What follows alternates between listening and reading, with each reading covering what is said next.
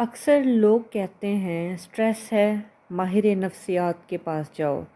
میرا ماننا یہ ہے کہ ہر مسئلے کا حل سائیکالوجسٹ کے پاس نہیں ہوتا، ہر اداسی بیماری نہیں ہوتی، اصل طاقت خدا نے آپ کے اندر ڈالی ہوئی ہے۔ Welcome to self grooming guide. آج میں آپ کو 10 ایسے طریقے بتاؤں گی، اگر آپ یہ سیکھ جاتے ہیں تو خود ایک تھراپسٹ بن جائیں گے۔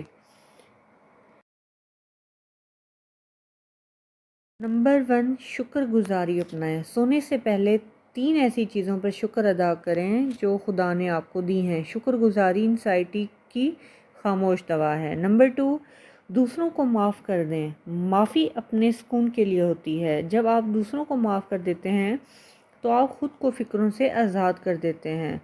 جب آپ دل میں نفرت رکھتے ہیں تو خود کو سزا دیتے ہیں۔ دوسروں کو معاف کریں اور ہلکے پھلکے ہو جائیں۔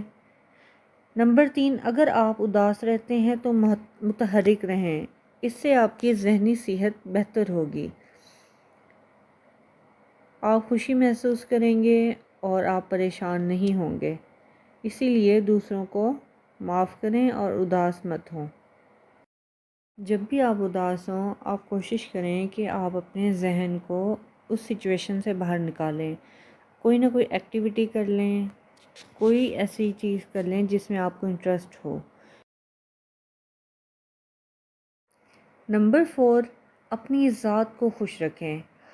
ہر وقت ہاں کہنا چھوڑ دیں، ہمیشہ دوسروں کو راضی کرنا چھوڑ دیں، اپنے آپ کو خوش رکھیں۔ نمبر 5، منفی سوچ کو چیلنج کریں۔ ہر روز منفی خیالات دماغ میں پیدا ہوتے ہیں، ہمارے دماغ میں اکثر نیگیٹو تھاٹس آتی رہتی ہیں، تو آپ نے جب آپ کو نیگیٹو تھاٹس آئیں تو آپ نے اونچی آواز میں کہنا ہے کہ یہ ایک خیال ہے، اس میں حقیقت کچھ بھی نہیں ہے۔ اپنا خیال رکھیں۔ اس طرح کرنے سے آپ کی ذہنی کیفیت بھی بدل جائے گی۔ نمبر 6، اپنے جذبات کو دبانا چھوڑ دیں۔ ہمیں بچپن سے سکھایا گیا ہے اپنے جذبات کو ظاہر کریں ورنہ یہ بیماری بن جائے گی، ٹھیک ہے؟ ہمیں بچپن سے یہ سکھا دیا جاتا ہے کہ رونا نہیں ہے، مضبوط بننا چاہیے، اپنے جذبات کو ہمیں ظاہر کرنا چاہیے۔ اگر ہم اس کو دبائیں گے، اس کو زیادہ دیر تک اپنے ذہن میں رکھیں گے تو وہ ایک بیماری کی شکل، ڈپریشن کی شکل اختیار کر جائے گی۔ نمبر 7، سوشل میڈیا سے اوائڈ کریں۔ سوشل میڈیا سے کچھ ٹائم کے لیے بریک لیں۔ آپ نے دیکھا ہوگا سوشل میڈیا کا ہمارے ذہن پہ کافی گہرا اثر ہوتا ہے، چاہے وہ بچے ہوں، بڑے ہوں۔ ہر جھوٹی سچی خبر پر یقین نہ کریں اور کچھ ٹائم کے لیے اسے بریک لیں۔ ہر منفی سوچ، ہر خبر آپ کے ذہن کو ڈسٹرب کرتی ہے۔